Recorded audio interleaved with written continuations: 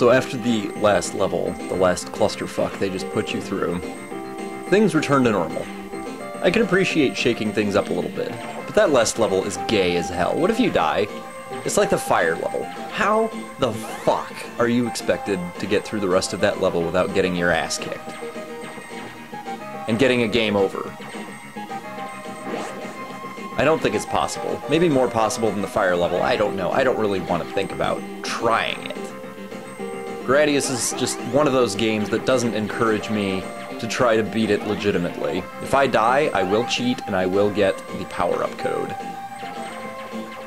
And it is not a shameful act. It's not a shameful act for a dude to avoid anal rape, so why should using the code in this be considered a shameful act?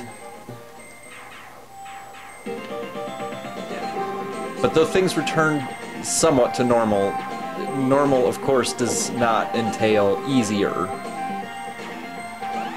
Because whereas in the last level you just kind of have to ride out the storm. You have to kill the bosses as efficiently as possible. And if you have this setup, particularly this weapon, it shouldn't be too big of an issue.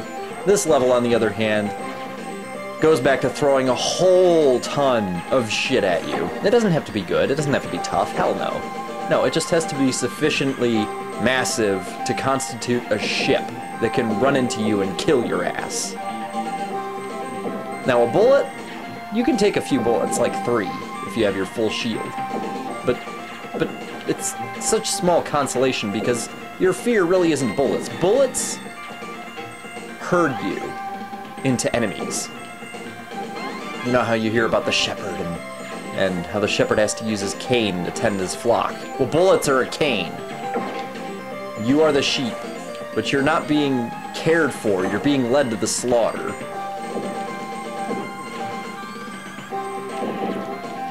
It's like a lamb being trapped in a room full of wolves, and the shepherd is like, oh hey dude, there you go.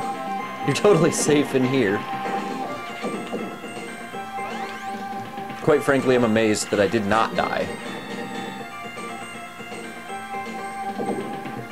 So I'm not completely hopeless at this game, but I really have no desire to ever become good.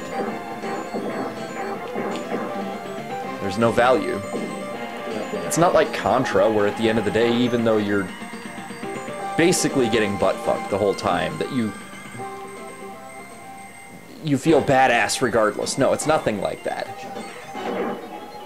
At the end of the day, in Gradius, you just, like some games, wonder, why the fuck did I just invest not only my time, but my money in this shit?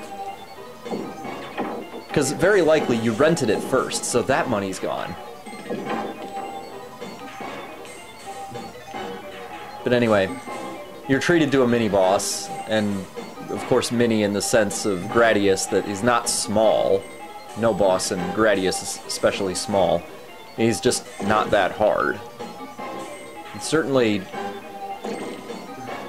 I can't say he's easier than the final boss of this level.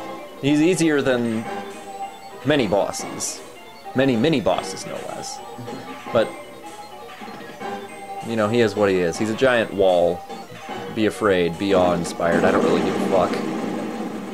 Because the last boss in this area actually is kind of cool to look at. I should actually say bosses, because it's a pair of bosses.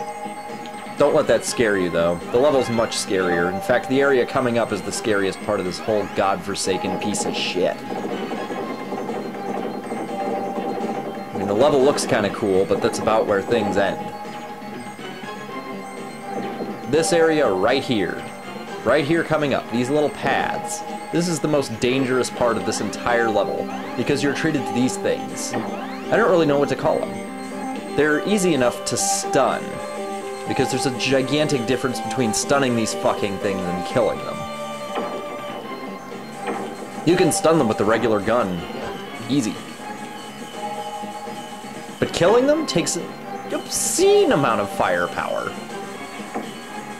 There are bosses that don't take as much damage as these guys.